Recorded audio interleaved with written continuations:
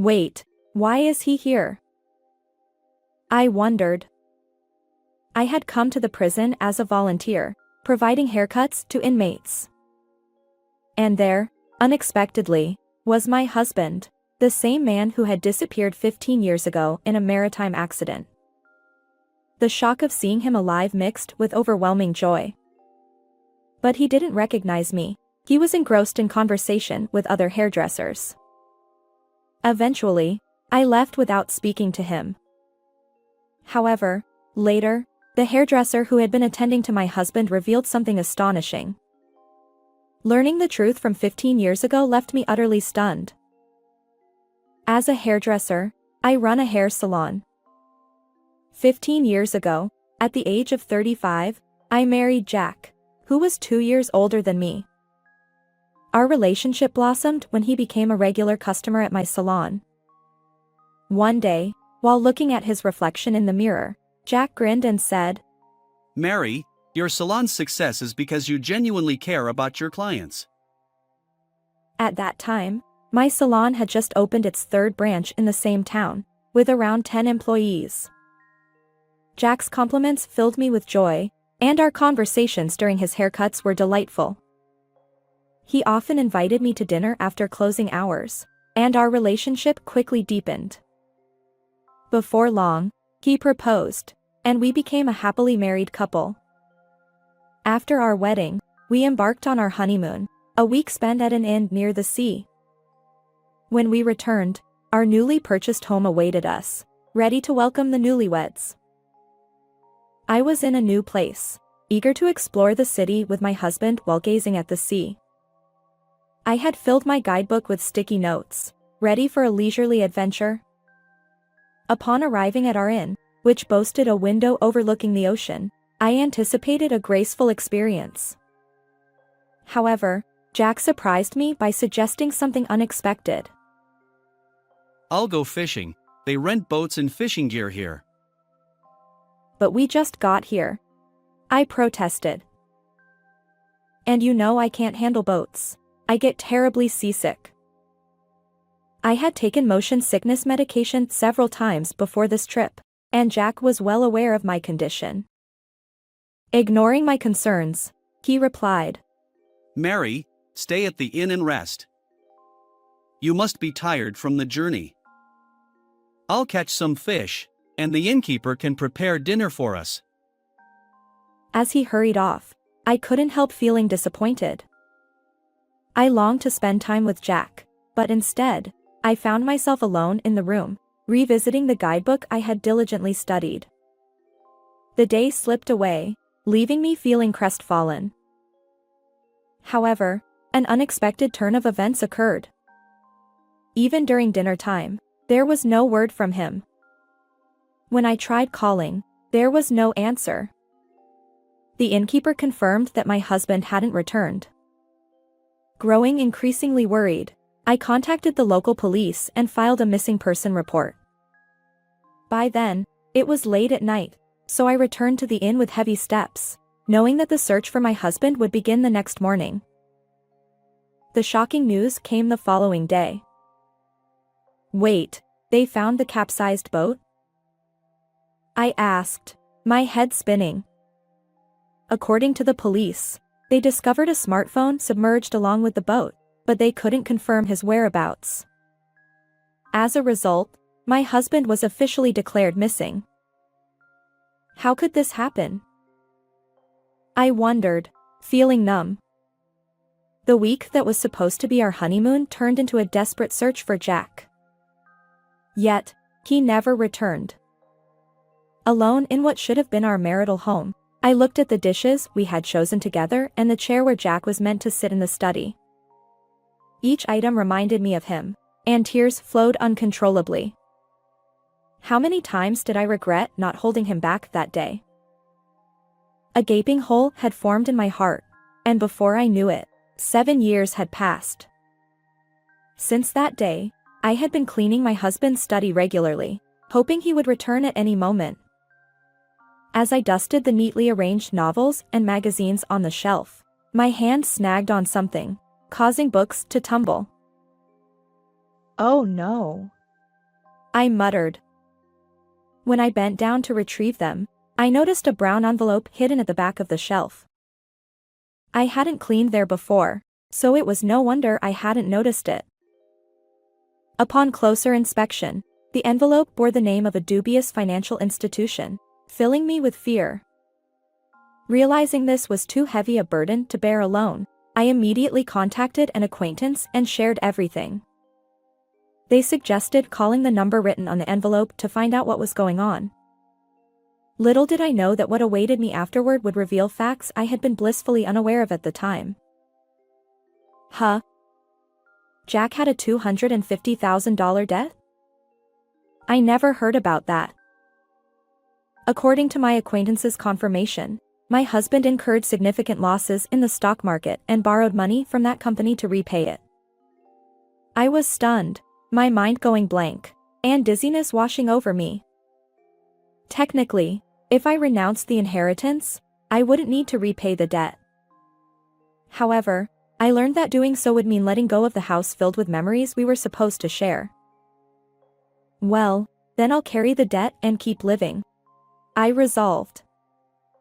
I put my second and third salons up for sale, downsized the staff to a minimum, and worked tirelessly as a hairdresser to repay the debt.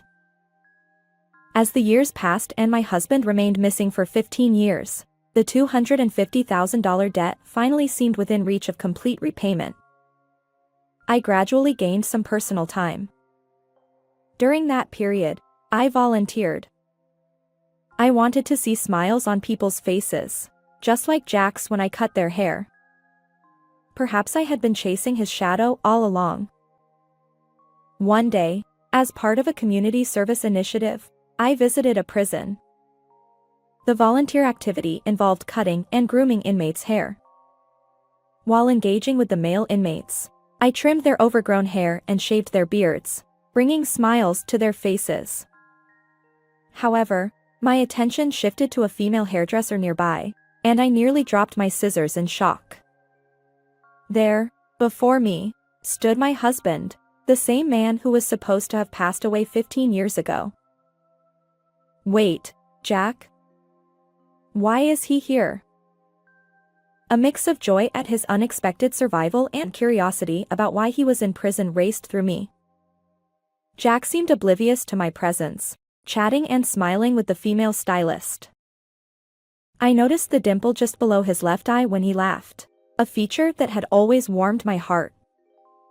Despite the certainty that this was indeed Jack, I was unable to let go immediately, and time passed without us having a conversation. My heart raced, but I couldn't recall who I spoke to or what we discussed. If that person is really Jack, I might be able to meet with him later and hear what happened. I wonder. After finishing the volunteer activity, I was able to talk to the staff who had been in charge of my husband. However, later, the hairdresser who had been attending to my husband revealed something astonishing. Learning the truth from 15 years ago left me utterly stunned. As it turned out, Jack had successfully faked his own death years ago to escape a massive debt. He bragged about it, claiming he orchestrated an accident and disappeared. The debt was so overwhelming. He chuckled. That's why I decided to vanish. I resorted to theft just to survive. Perhaps he lacked anyone else to impress, as he openly shared these details with the hairdresser. According to her, Jack had rented a boat, intentionally capsized it offshore to avoid GPS tracking, and submerged his smartphone.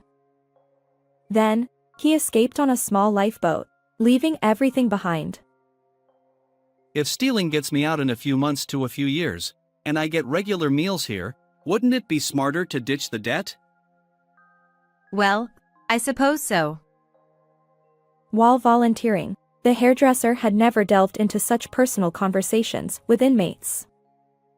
But now I knew the truth. My husband intentionally burdened me with debt and vanished. Fueled by anger, I immediately sought answers from the prison authorities.